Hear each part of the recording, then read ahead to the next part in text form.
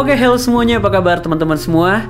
Melanjutkan dari episode sebelumnya, yang dimana kekecewaan Jesse terhadap Walter tampaknya benar-benar membuatnya berpindah pihak pada Gustavo. Kalau memang ini terjadi, artinya Gustavo nggak lagi membutuhkan Walter. Tapi mari kita lihat, akankah kejeniusan Walter mampu menyelamatkan dirinya? Karena episode terakhir di season 4 ini adalah penentu dari akhir ketegangan ini. Dan yang pasti, akhir dari ketegangan akan selalu dibayar dengan nyawa.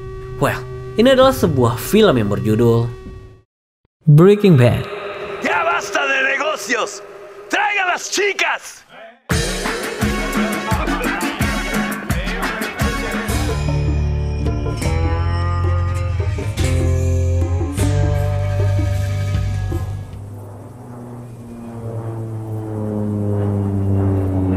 Di awal episode 10 ini, kita melihat Gustavo, Mike, dan Jesse dijemput oleh sebuah pesawat.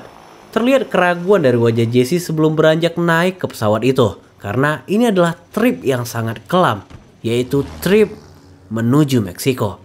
Ya, sesuai tebakan kita semua, Jesse benar-benar melakukannya. Happy birthday. Sementara itu di rumah, Sky memberikan selamat kepada Junior untuk ulang tahunnya yang ke-16. Sebagai pengganti Dodge Challenger-nya, Sky menghadiahkan Junior sebuah mobil bekas. Mobil yang kaya fitur, luas, dan bertenaga. Tapi apa tanggapan Junior? Maybe later. I'm kind of starving. Berpindah ke kantor Saul. Entah ada angin apa, Ted Benecke diundang untuk datang ke kantornya. Saul bilang bahwa dia membawa kabar baik dan kabar buruk untuk Ted. Bibi buyutnya yang bernama Brigitte dikabarkan telah meninggal dunia. Dan kabar baiknya, Ted adalah pewaris tunggal dari harta kekayaan beliau. Tapi anehnya, Ted sejak awal nggak mengenal siapa orang yang dimaksud oleh Saul. Hingga Saul mengatakan, to the tune of 621,552. uang sebesar 9 miliar rupiah diwariskan kepadanya. Ini membuat Ted seketika nggak bisa berkata-kata lagi. Wow.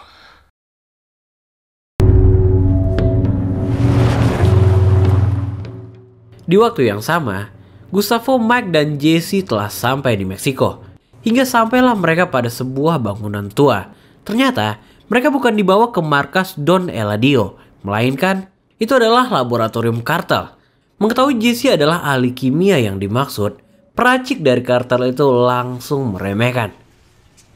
Eso es una broma. Ini diperburuk saat Jesse nggak menemukan asam venilasetat di dalam lab itu. Ternyata, mereka mensintetisnya sendiri, dan tentu Jesse nggak tahu cara ngebuatnya. Karena biasanya dia udah terima jadi. Makin diolok-olokin lah Jesse di sini. Meski nggak mengerti bahasa ahli kimia itu, tapi Jesse tampaknya memahami kalau dia tengah diremehkan. Setelah susah payah translate bahasa melalui Gustavo, ternyata ahli kimia ini bisa berbahasa Inggris. Ini benar-benar membuat Jesse jengkel. I speak English. So you understand what asshole means. Now go get me my phenylacetic acid, asshole. Jesse mulai memahami permainan di sini. Si ahli kimia kartel ini sengaja menjelekannya di depan perwakilan kartel. Mungkin biar posisinya nggak digantikan. Dan inilah saat Jesse menyerang balik. Dengan lancangnya dia mengungkap bahwa ahli kimia itu menjalankan lab dengan standar yang sangat buruk. Dan nggak heran kalau produk yang dihasilkan berkualitas rendah. Sebelum semua sumber kontaminasi itu dibersihkan, Jesse menegaskan bahwa proses memasak nggak akan dimulai. Who do you think you are? I'm the guy your boss brought here to show you how it's done. I suggest you stop whining like a little bitch and do what I say. Gertakan Jesse ini benar-benar luar biasa. Ahli kimia itu bahkan nggak bisa mendebatnya. Singkat cerita, senyawa kimia permintaan Jesse pun kini telah berhasil disintetis. Puluhan orang di sana memperhatikan setiap gerakannya. Mereka juga mengambil video sebagai dokumentasi. Dan kini sehari pun berlalu. Blue Mac ini telah berhasil dibuat. Ini adalah momen paling menegangkan di antara semuanya. Karena Matt buatan Jesse akan diperiksa kemurniannya. Dan momen ini disaksikan oleh puluhan orang. Hingga mesin itu berhenti di angka... Yes! Well done. You're staying. You belong to the cartel now. Great Aunt Birgit. Kembali ke Albuquerque. Saul mendatangi Skylar dengan membawa setumpuk masalah. Uang 9 miliar rupiah warisan bibi buyut yang diterima Ted tempo hari, ternyata itu adalah ide dari Skylar. Dia menggunakan uang Walter untuk menutupi hutang perusahaan Ted secara diam-diam. Tapi ternyata, alih-alih dipakai untuk membayar hutang, uang itu digunakan oleh Ted untuk membeli mobil mewah. Beda idea. Wah, tambah kacau ini. Where is he now? Detik itu juga, Sky langsung mendatangi kantor Beneki. Dengan senyum di wajahnya, Ted mengaku akan kembali menjalankan perusahaan karena dia baru aja mendapatkan pemasukan yang tak terduga. Sky di sini masih pura-pura nggak tahu nih teman-teman, hingga dia menyinggung tentang masalah pajak. Ted mengaku akan melunasinya, tapi nggak sekarang. Skylar yang mulai terlihat dominan membuat Ted akhirnya menunjukkan sikap aslinya. Mengatasnamakan bahwa itu adalah uangnya, dia meminta Skylar untuk nggak lagi ikut campur. Ted bahkan mengusir Skylar dari kantornya, hingga Sky mengatakan, From whom exactly do you think you got that 600,000, Ted?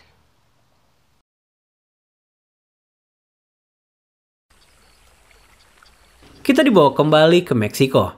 Setelah puluhan tahun, Gustavo kembali menginjakan kaki di markas Don Eladio. Dia berdiri persis di tempat sahabatnya Max dibunuh kala itu. Jesse yang khawatir kalau dia akan ditahan oleh kartel ditenangkan oleh Mike dengan bilang, I promise you this. Either we're all going home and none of us are. Kini, Don Eladio datang menemui Gustavo. Sempat terjadi tatapan dingin selama beberapa detik hingga Don menyambutnya.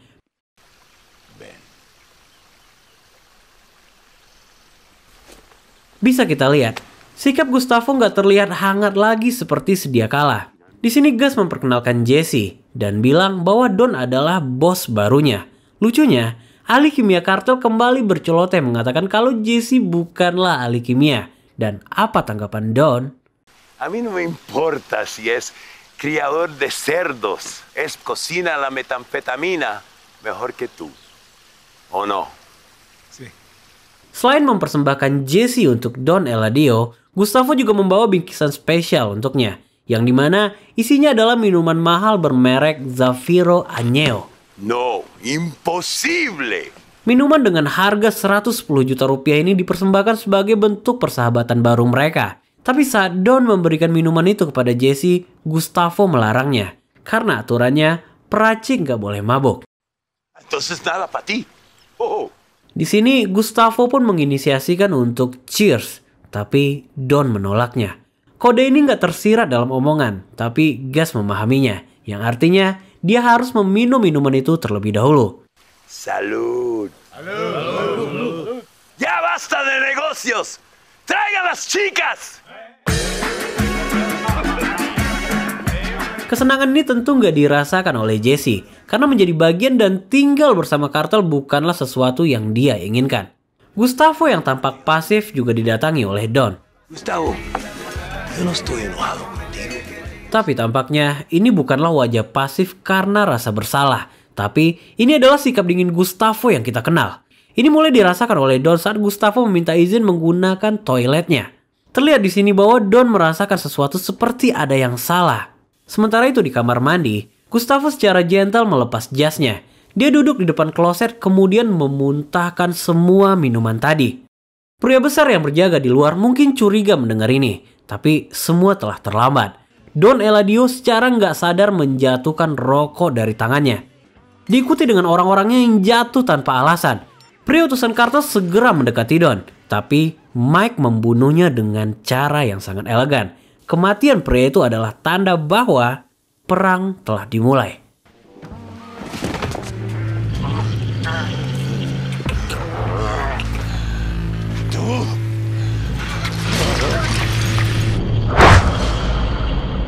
Tapi siapa sangka, Gustavo juga terinfeksi dari racun minuman itu. Ini bertepatan dengan datangnya para penjaga. Mereka bertiga jelas nggak akan mampu menghandle situasi ini. Tapi apa yang dilakukan Gustavo? Don Eladio está muerto. Ustedes no tienen a nadie más por quien pelear. Kata-kata yang powerful membuat penjaga itu melarikan diri tanpa gencatan senjata. Gustavo pun kini dilarikan. Namun saat mencari mobil, sebuah tembakan berhasil menjatuhkan Mike. Respon Jesse terhadap tembakan ini benar-benar luar biasa. Bahkan dia sendiri nggak percaya dengan yang dia lakuin. Kini nyawa mereka semua bergantung pada Jesse. Dan apa yang akan dilakukan Jesse?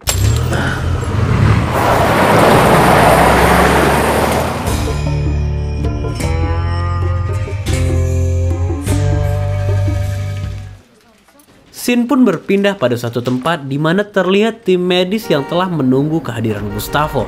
Sesampainya di camp darurat itu, Jesse langsung membukakan pintu untuk Mike. Tapi yang mereka cari adalah Gustavo. Hey! Hey! What about him? What about him? Hingga akhirnya, Jesse sendirilah yang membawa Mike ke dalam dengan keadaan berdarah-darah. This man needs help! This man pays my salary. Sementara itu di Albuquerque, Hank telah bersama Walter melakukan pengintaian di peternakan Gustavo. Berjam-jam sudah lamanya mereka di sini. Walter sempat menyinggung perihal peperangan kartel yang dia baca di koran. Karena tentu dia membutuhkan informasi tentang kabar Jesse, Mike, dan Gustavo di sana. Tapi tampaknya Hank belum mendapatkan informasi apapun. Kembali ke camp, Jesse meminta petugas untuk mengganti infus darah Mike yang udah mulai habis. Tapi benar aja, petugas ini benar-benar nggak peduli. Dia meminta Jesse menggantinya sendiri. Dan ternyata, di kulkas itu udah lengkap semua kebutuhan darurat untuk Jesse, Mike, dan Gustavo. Mereka bahkan sampai mengetahui golongan darah Jesse, yang dimana Jesse sendiri nggak tahu apa golongan darahnya. Dan ternyata, Gustavo udah siuman dan menginstruksikan untuk segera meninggalkan camp. Sedangkan Mike dinyatakan mengalami cedera serius dan akan ada orang yang mengurusinya. Ternyata, mereka harus berjalan kaki sejauh 9 km ke arah Texas. Karena untuk masuk ke US itu nggak semudah pada saat keluar. Mengingat aksi Jesse kemarin yang sangat krusial untuk mereka, Gustavo mempercayakannya untuk menghandle sebuah lab. Sesuai prediksi, Walter akan segera disingkirkan. Tapi apa tanggapan Jesse? Let Mr. White go. Pay him off or fire him. Don't kill him.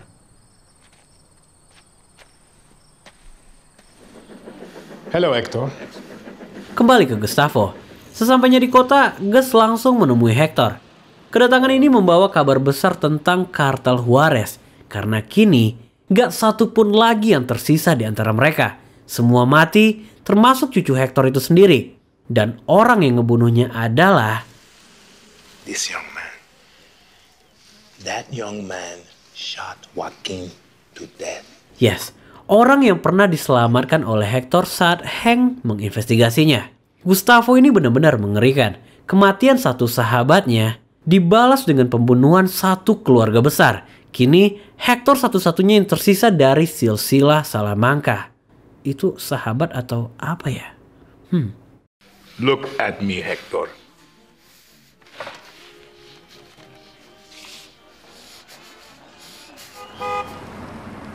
Dan sampailah pada keesokan harinya. Ini hari kedua pengintaian Hank yang telah ditemani oleh Walter. Tapi tampaknya Walter nggak siap dengan rencana Hank yang tiba-tiba memintanya membelokkan mobil ke Industrial Laundry. Yang dimana itu adalah pabrik super lab. Nggak ada pilihan lain selain pura-pura nggak lihat. Dan saat Hank memintanya untuk putar balik, Walter dengan sengaja menabrakkan mobilnya. Belum selesai dengan masalah kaki, kini Hank juga harus memakai penyangga leher. Walter menjelaskan kalau dia benar-benar nggak lihat mobil yang melintas. Meski Hank terus menyangkal pernyataannya, pada akhirnya Hank nggak punya pilihan lain selain menerima permintaan maaf Walter. Di waktu yang sama, Ted kedatangan dua tamu tak diundang ke rumahnya. Dengan cara paksa, Ted diminta untuk mengambil buku ceknya. Dua pria ini benar-benar berhasil membuat Ted berada di bawah tekanan. Karena mereka tahu sistem keamanan rumah Ted, jumlah uang yang Ted miliki, dan banyak lagi. Sehingga satu-satunya pilihan yang dia miliki saat ini yaitu menulis cek sesuai nominal perintah dan ditujukan kepada petugas pajak. Tapi tampaknya Ted memilih ide lain. Dia berusaha kabur dari mereka hingga tersandung karpet dan pingsan karena benturan kepala. Kembali ke Walter. Setelah 4 hari lamanya, dia kembali ke lab untuk memasak. Dan disinilah Walter segera menyadari bahwa telah berlangsung aktivitas memasak selama dia sakit. Dan satu-satunya orang yang bisa memasak selain dia hanyalah Jesse.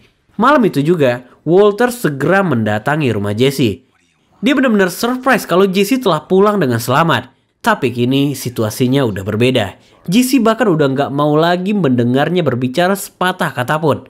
Walter menjelaskan bahwa dia akan segera dibunuh apabila Jesse melakukan ini. Apabila Jesse benar-benar menggantikannya di laboratorium. Berkali-kali Walter memohon. Tapi apa tanggapan Jesse?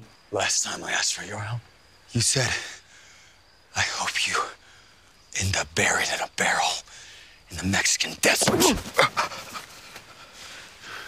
Momen ini bertepatan dengan datangnya dua orang Gustavo. Secara brutal mereka melumpuhkan Walter dengan setruman. Hingga saat dia sadar, Walter telah berada di tengah gurun. Di bawah tawanan dua orang itu, Gustavo mendatanginya. You are done. Gustavo menegaskan bahwa Walter telah dikeluarkan dari Super Lab. Dan dengan keras, Gustavo memintanya untuk nggak lagi mendekati Jesse. Tapi tampaknya, kata-kata powerful Gustavo ini nggak lagi berlaku untuk Walter. Dia jawab gertakan ini dengan mengatakan bahwa apapun yang akan dia lakukan, Gustavo juga nggak akan bisa berbuat apa-apa. Karena If you could kill me, I'd already be dead. but you can't. mau sekuat apapun Gustavo mencoba merusak pikiran Jesse, Jesse tetap nggak akan sudi apabila Gustavo membunuhnya. Walter ini pintar banget. Meski sering berada di ujung jurang, tapi dia sangat memahami situasi yang sedang berlangsung. Bagaimanapun, Gustavo adalah karakter yang solid. Meski nggak bisa ngebunuh Walter karena Jesse, tapi dia tetap bisa ngebunuh Hank, Skylar, Walter Jr., dan juga I will kill your infant daughter. perkataan ini sontak meruntuhkan mental Walter. Saat itu juga, dia bergegas mendatangi Saul. Walter memintanya menghubungi rekannya yang bisa menghilangkan identitas. Karena Walter ingin dia dan keluarganya dihilangkan saat itu juga. Saul! Now, Saul! Namun, mengambil tindakan ini adalah keputusan besar. Penjahat sekelas Walter akan dikenakan jasa khusus. Untuk dia dan keluarganya, setidaknya Walter membutuhkan $500,000. Bagaimanapun, Walter nggak punya pilihan lain. Dan sebelum meninggalkan tempat itu, Walter juga meminta Saul untuk memperingatkan DEA bahwa Gustavo akan menyerang Hank. Tapi tentu, Saul nggak mungkin berani. Opsi terakhir yang paling masuk akal adalah mengkambing hitamkan kartel. Dengan alasan ini, Hank tetap akan mendapatkan perlindungan. You say whatever you have to say. You just give me an hour to... Langsung dari kantor Saul, Walter bergegas ke rumah mengemasi seluruh uangnya. Tapi apa yang dia temukan? Uang itu nggak lagi ada di sana. Skylar yang bertanggung jawab akan uang itu tentu gemeteran. Dia nggak bisa menjelaskan apapun pada Walter. Hingga Walter... Skylar! Where is the money? Disinilah Sky bilang bahwa semua uang itu telah dia berikan kepada Ted.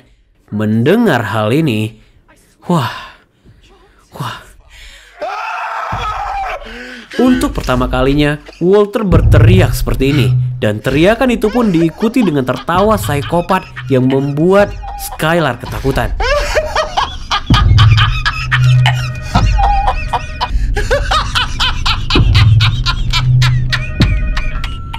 Momen ini bertepatan dengan panggilan telepon yang dimana Mary menjelaskan bahwa Hank diancam akan dibunuh. Panggilan telepon ini diikuti dengan suara latar belakang tawa Walter yang sangat mengerikan.